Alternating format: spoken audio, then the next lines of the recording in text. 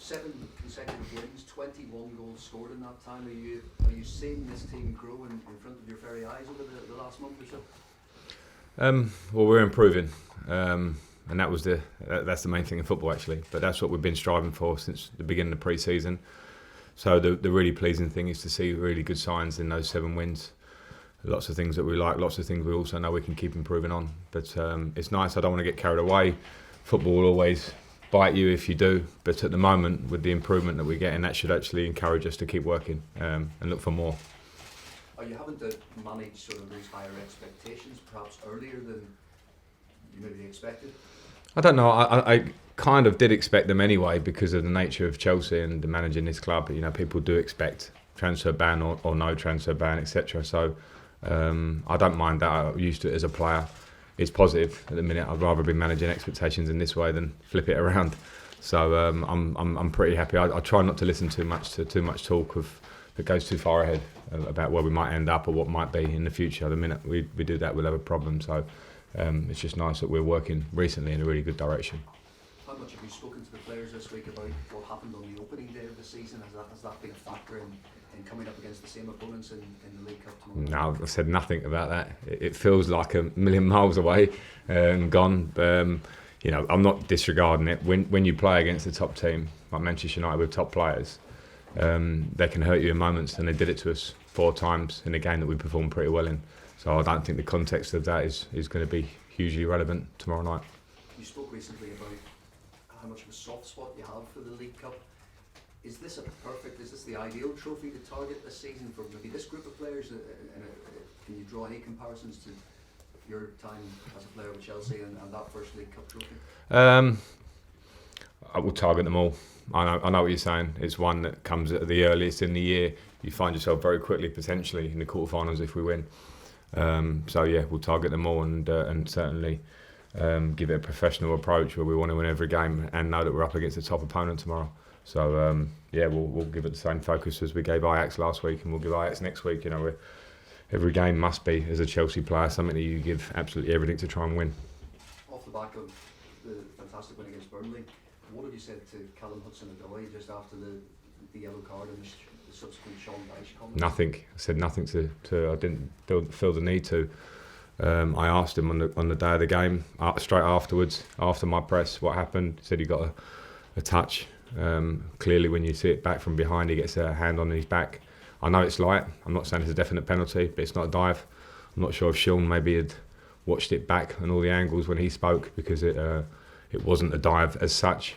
Because if that becomes a dive, you'll start analysing every bit of contact. How much was it? Was that enough to put Ashley Barnes on the floor or not? Was that enough for Callum to go down or not? That is the game. Those are the grey areas. I didn't think the whole, in 5 or 10 years, this is where the game's going to go, was probably the right nature for what turned out to be nowhere near a clear-cut issue. Last one, Paul. Would you like to see maybe referees go across to the monitor a lot more? Yes. I think it's part of VAR. I assumed when it came into the Premier League that would be the case, and I think we're at the point now where, from my point of view, I think they have to. And it's difficult. Again, I'm not one to bang the drum.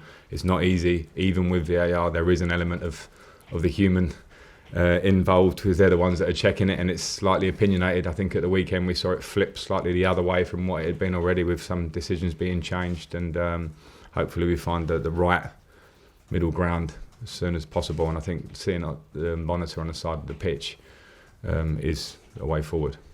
Moose. Frank, I don't expect you necessarily to name your team here and now, but in the last round, Reece started, Reece James, Mark Gahey, Billy Gilmore. Would it be a similar team tomorrow night? Because you want me to name a team? Yeah, go on, actually name the team.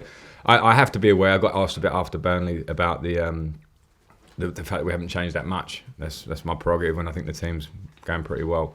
So this game may be opportunities for other players that are not playing, not necessarily to do with age, more to do with maybe minutes in games. That might even mean some of the experienced ones playing minutes that haven't been getting them.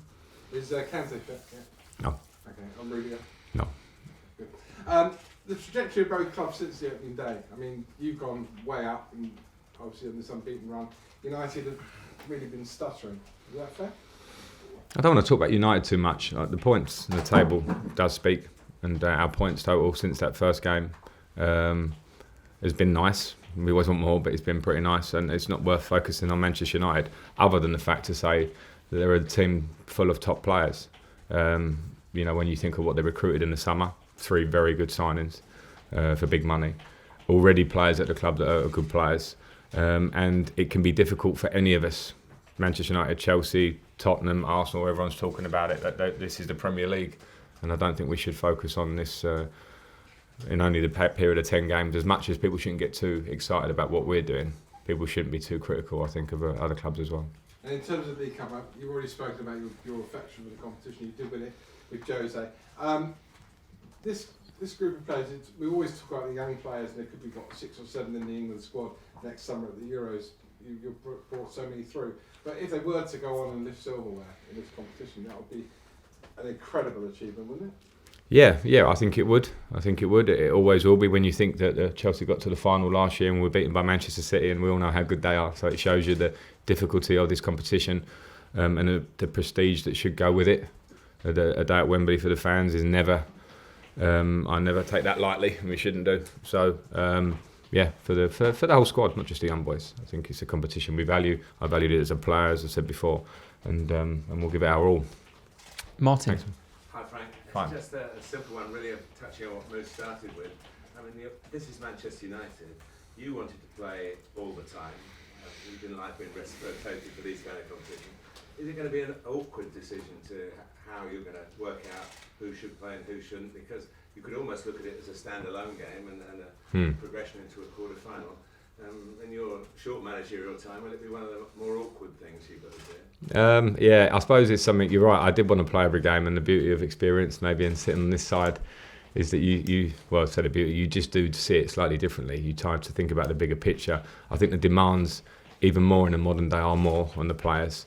So I have to take those things into account, but I don't want to in any way take this game lightly, even if I make changes. I'll make them because I believe in the squad being strong throughout. And if there are players that step out of the lineup with a view to the coming weeks, it will be done in the big picture. So yeah, I understand how players are, and some of them want to play. I will try and have the right conversation with them to let them know what the position is, and the players that start will give everything. The players that don't, or on the bench or out of the squad, will be supporting hugely. That's we're going to be hopefully successful. It helps that they're all playing well for you, aren't they? Whether they played 10 minutes or 10 games. Yeah, it does, and that's the nice feeling that we have around at the minute, and it makes the idea of do I make changes a little bit easier. But again, I won't take it lightly. But no, they are playing well, so that I have to take that into account in terms of the rest and what the strains are on the body, because the outputs of the games, and we do a lot of the sports science, and I'm not absolutely aligned to sports science. Sometimes you can disregard bits of it, but the output in our last 2 games has been really strong for a lot of players. So I sort of have to look at that side as well. Okay, last question, Carrie. Of codes. Eddie Jones really built his success of his team, making sure his player believed in not being just substitutes but being replacements, and that final phase of the game being as important. You've got a depth of squad now that you almost need to make that message as important. The bench is as important and need to be as strong as the rest of them, because those performances seem to be following through. Yeah, there was nothing better for me recently than the subs at Newcastle helping us win the game. Christian Pulisic with an assist. Kovacic came on and played well, and nothing better than when that happens in Ajax, when Christian again assists for Batshuayi. That's the great message for the players, because it's horrible. I hate not playing, and sometimes as a manager it's difficult to not play people again and again because the team's playing well, and to keep their spirits up so they can come in and be that game changer, whatever you want to call it. So yeah, that's something I'm big on here. We need a big squad if we want to be successful. Players need to feel valued whether they're starting or not, and they need to have input when they come on, and that's what they're doing. Quick one. And we talk about VAR. A lot of players talk about how they react now and they pause when a goal goes in. What's it like for a manager? Same pause, isn't it? I mean, it's one of the facts of VAR that I think is slightly disappointing. What comes with it, we're taking away that element of the game where you have that spontaneous celebration moment, and that's a bit of a shame. So the balance of can we get the right decisions as opposed to that moment is something that I think we all toy with a little bit, and I suppose that's why we're a little bit on VAR's case, I would say, week in, week out now, because if we have it, we want it to be perfect, and that's what we're working towards. But yeah, I think those moments are lost slightly, which is unfortunate. Okay, cameras off, please.